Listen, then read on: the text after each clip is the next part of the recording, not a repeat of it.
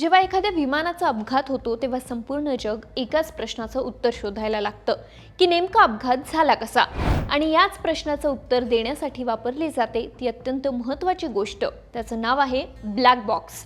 या ब्लॅक बॉक्समुळे अपघाताचं कारण कळतं। आता तुम्हाला वाटत असेल की ब्लॅक बॉक्स म्हणजे काळ्या रंगाचं उपकरण असेल, पण हे काळ्या नाही तर केसरी रंगाचं उपकरण असतं, कारण अपघातानंतर ब्लॅक बॉक्स शोधायला मदत व्हावी यासाठी केशरी रंग त्याला देण्यात येतो। हा ब्लॅक बॉक्स एवढा मजबूत असतो की एखादा जबरदस्त स्फोट झाला तरी या बॉक्सला काहीच होत नाही, किंवा तापमान 1100 डिग्री सेल्सिअस इतका जास्त असलं तरी या बॉक्सला काहीच होत नाही। 1100 डिग्री सेल्सिअस इतक्या तापमानातही तो टिकून राहतो। एवढंच नाही तर पाण्यात 30 दिवसांपर्यंत टिकून राहतो। यात एक छोटंसं यंत्र असतं जे पाण्यातही 30 दिवसांपर्यंत लोकेशनची माहिती देतं। याशिवाय कॉम्प्युटर सिस्टीमचा वापर करून यातील सर्व माहिती पाहिली जाते। पायलटचं शेवटचं संभाषण, अलार्मचा आवाज, तांत्रिक बिघाड याची सर्व माहिती मिळते। त्यामुळे अपघात झाला की पहिले ब्लॅक बॉक्स शोधला जातो। यासाठी एक स्पेशल टीम तयार केली जाते। प्रत्येक विमानाला ब्लॅक बॉक्स नावाचं एक उपकरण असतं। विमानाच्या मागील भागात हे उपकरण ठेवलं जातं। या उपकरणात विमानातील घडामोडी रेकॉर्ड केल्या जातात, जसं की विमानात इंधन पातळी म्हणजे इंधन किती आहे, विमानाची दिशा काय होती, त्याचा वेग किती होता, उंची किती होती, या गोष्टी रेकॉर्ड केल्या जातात।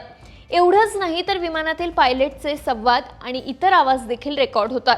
यामुळे विमान अपघातावेळी नक्की काय घडलं होतं, त्यावेळी काय संवाद झाला, पायलट आणि संबंधित व्यक्तींमध्ये काय संवाद घडला हे कळतं, ज्यामुळे विमान अपघाताच्या मूळ कारणापर्यंत पोहोचता येतं।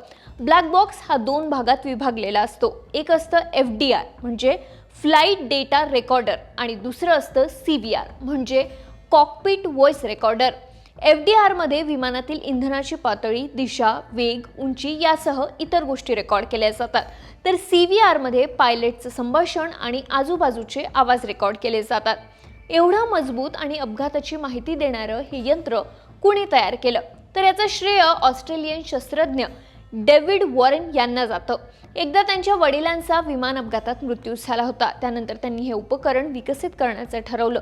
1950च्या दशकात त्यांनी याची सुरुवात केली आणि 1960 पासून ब्लॅक बॉक्स विमानांमध्ये अनिवार्य करण्यात आलं। आजही विमान अपघाताच्या चौकशीत ब्लॅक बॉक्स म्हणजे शब्दात न सांगता येणारी साक्ष ठरते। एक आवाज, एक डेटा जो मृत्यूच्या मागे असलेली कहाणी सांगतो। अहमदाबादमधील विमान दुर्घटनेत विमानातील ब्लॅक बॉक्स शोधून ताब्यात घेण्यात आलाय।